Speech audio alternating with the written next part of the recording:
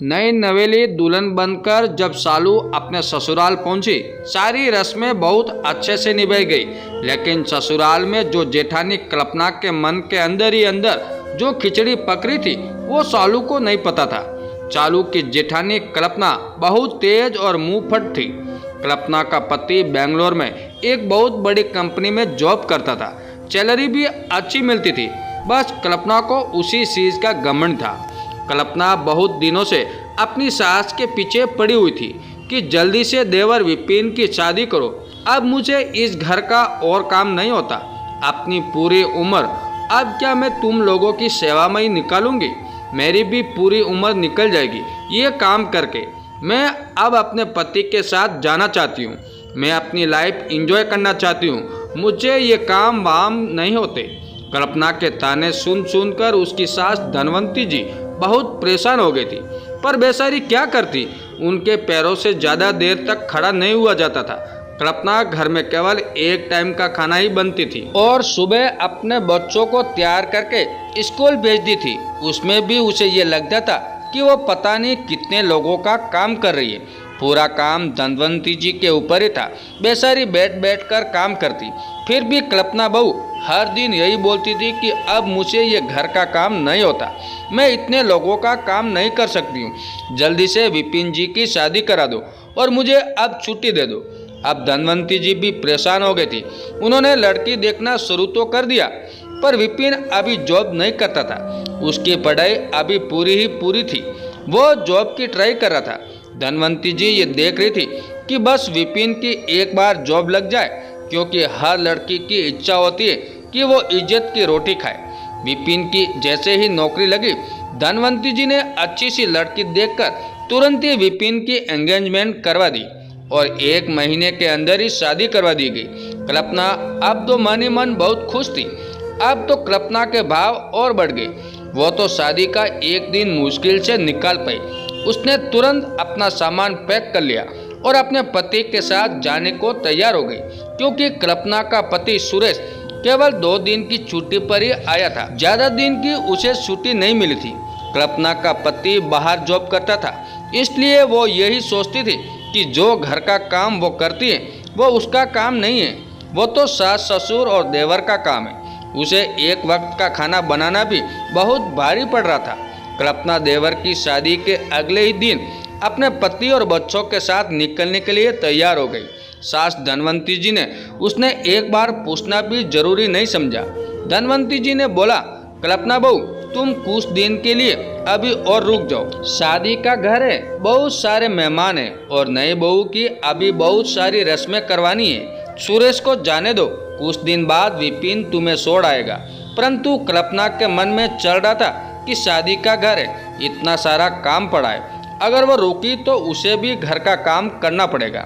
इसलिए वो नहीं मानी और अपने बच्चों को लेकर अपने पति के साथ चल दी। सालू को कुछ समझ नहीं आ रहा था कि ये हो क्या रहा है। सालू की शादी की सारी रस्में हो गई, सारे मेहमान भी अब चले गए। सालू के ऊपर शादी होते ही घर की पूरी जिम्मेदारी आ गई।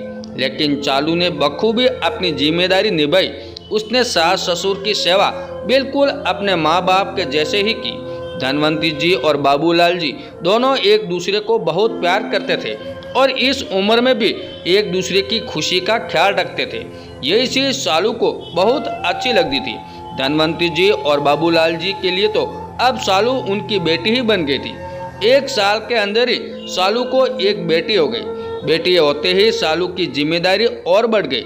इधर अब धीरे धीरे सास ससुर की उम्र बढ़ रही थी, इसलिए उन्हें भी तरह तरह की बीमारियां लगी रहती थी, तो उनका बहुत ज़्यादा ध्यान रखना पड़ता था। सालू बहू का समर्पण देख धनवंती जी और बाबूलाल जी सालू को मानी मन खूब दुआएं देते थे। देखते ही देखते 6 साल कैसे निकल गए पता ही नहीं चला। आज सालू बहू भाग भाग कर सारी तैयारियां कर रही थी।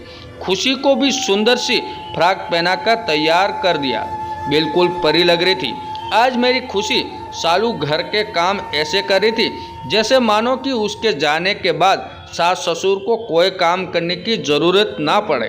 घर के काम का ज़्यादा लोड उसकी सास पर ना पड़े, तो जितना हो सके वो पूरी तैयारी करके जा रही थी। सालू रसोई में खाने के बर्तन धुल रही थी तभी किसी ने पीछे से कंधे पर हाथ रखा। बहू, बहुत जल्दी है मायके जाने की।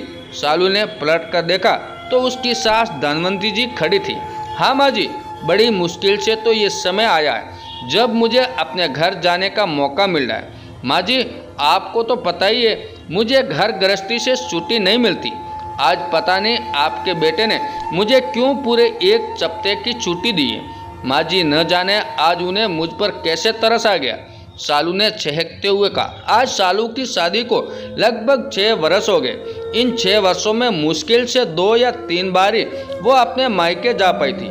वो किसी भी फंक्शन में ही उसके पति विपिन ने भी कभी सालू को जाने की परमिशन ही नहीं दी, क्योंकि उनके बूढ़े माँ बाप की देखभाल करने वाला और कोई नहीं था। बड़े भैया भाभी तो कभी कभी बस मिलने आते थे। माँ बाप को छोटे बेटे के भरोसे छोड़कर वे मौज से रह रहे थे। सालू को इससे कोई परेशानी नहीं थी, क्योंकि उसके सास ससुर उसे बहुत चाहते थे। सालू भी पता नहीं कब बहू से बेटी बन गई, उसे पता ही नहीं चला। दिन भर काम में व्यस्त रहती थी।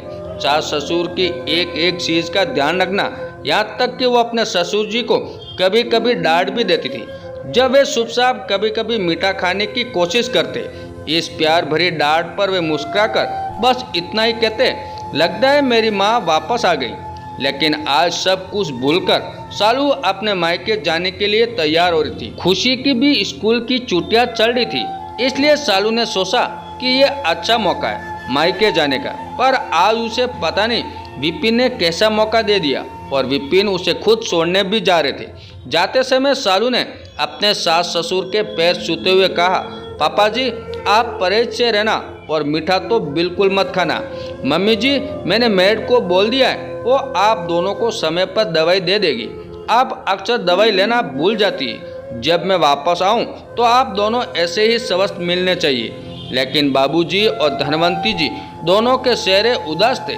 इस उदासी का कारण सालू भी नहीं समझ पाई।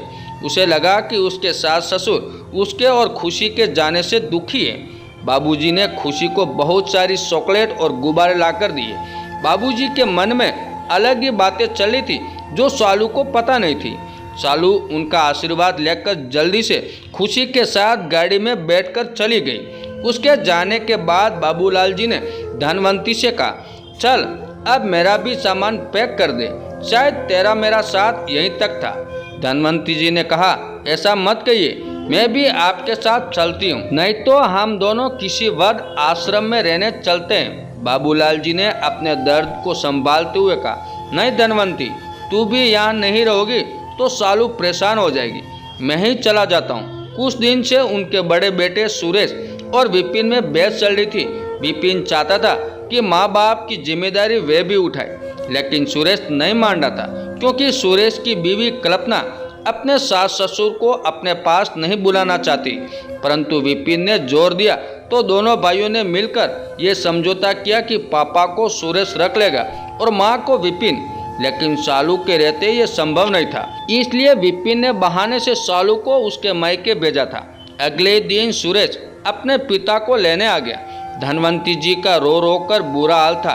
दुखी मन से बाबूलाल जी सुरेश के साथ चले गए।